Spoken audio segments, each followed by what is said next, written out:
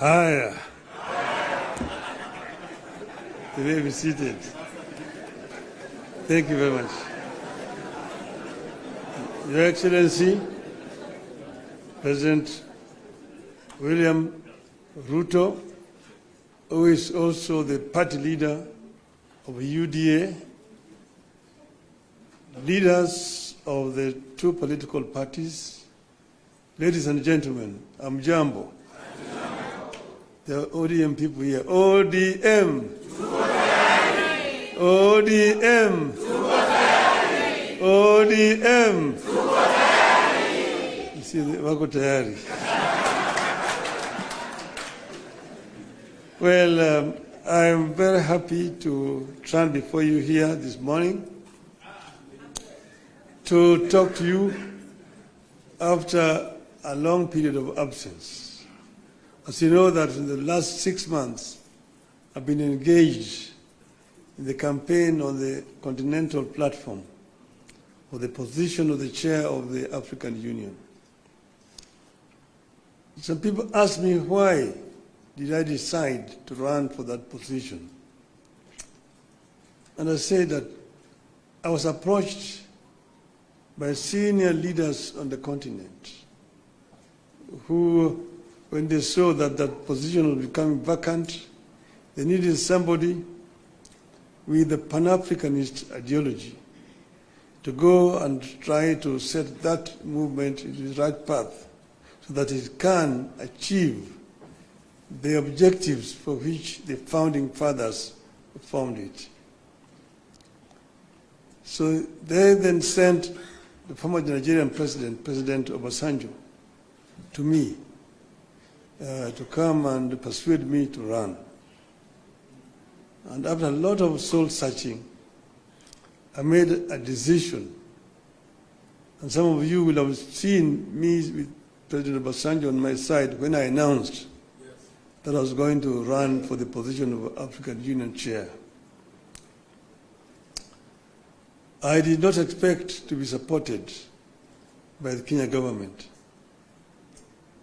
But out of blues, President Ruto announced that he will support my candidature. I thought this is the best way to get rid of him. Good riddance. I would say that in respect of the motives, he actually was genuine because he followed that announcement by giving full support to my candidature. As you know, you cannot run for the chair of African Union without being sponsored by your home government. You cannot just sit somewhere there and say, Mimi ni Professor Kithure Kindiki, I want to be a chairman of African Union. You will not even be seen. Your name must be presented by a government official through the embassy of Kenya in Addis Ababa. And this they did. And not only that, they put also the machinery behind my campaign. And Mr. President Ruto himself called various presidents and made an appointment for me and also persuaded them to support my candidature. He himself invited a president from East Africa here in Nairobi to basically adopt me as a candidate for the Eastern region. And this they did. So Kenyan ambassadors in all those foreign countries were also informed and that they would support my candidature. And whenever I went to, they received me at the airport, took me to the hotels, and also took me to meet with the president. I was able to meet more than 40 presidents on the continent. And I traveled Africa from east to west, south to north, like never before. As you know that I have been the high representative of the AU on issues of infrastructure. So I'm not actually strange to these issues, to the continent. But it gave me a better opportunity to now understand problems facing many African countries firsthand from the leadership of the continent. As you know that our continent has suffered seriously from innovations from outside. First was the slave trade that took so many of able manpower across the shores to go and work in the building of Americas, both North America and South America. Some were taken to Arabia, some were incarcerated there and died there. So that was the first. Then came colonialism, where they went and set somewhere in Berlin and partitioned Africa according to their interests. British, French, Italian, Portuguese, and so on and so forth. So Africa has suffered seriously. That was colonialism. Then when Africans fought for independence, they granted it, but it was a flag. But then there was also neo-colonialism that came about, and Africa has continued to be marginalized. So I saw this and came up with a program of how we were going to deal with these issues. We campaigned strongly, and we went to Addis Ababa quite confident of victory. Before I went there, the women here, Orange women in Nairobi, organized a prayer meeting for me in Bomas of Kenya. And they prayed for my success. And I told them that they were only going to do two outcomes in Addis. One, we would win, in which case we would have succeeded. The other one, we would lose, but we would also have succeeded. Because I told them why? We will come back home. So east and or west, home is? West. So we are here. So when I came back, I went to meet with the president in Mombasa to thank him for the support that the government had given me during that campaign. And he was, of course, very gracious. And at that time, I found when the two teams from the parties had worked out on some documents that they wanted to be signed, I told him I cannot sign this document until I've consulted our people, my people. So I took time. From that time, I went to Kisumu. I met with the professor. I met with leadership and elders in Kisumu. I went to Siaya. I went to Migori. I went to Homa Bay. I went to Busia, where I met with all the leadership from all the 5 counties in Western. Then I went to the coast. I was in Mombasa. I was in Malindi, in Kilifi. I was in Kwale. I came back. I went to Wajir. I came back. Yesterday I was in Kisii. I was in Narok. I was in Nairobi, here in this same building here with leadership of Nairobi. That is what you call random sampling. And I think I managed to get the feeling of my people, my supporters. And that's the reason why I am today able and confident to sign this document. So I want to say this, I have to note.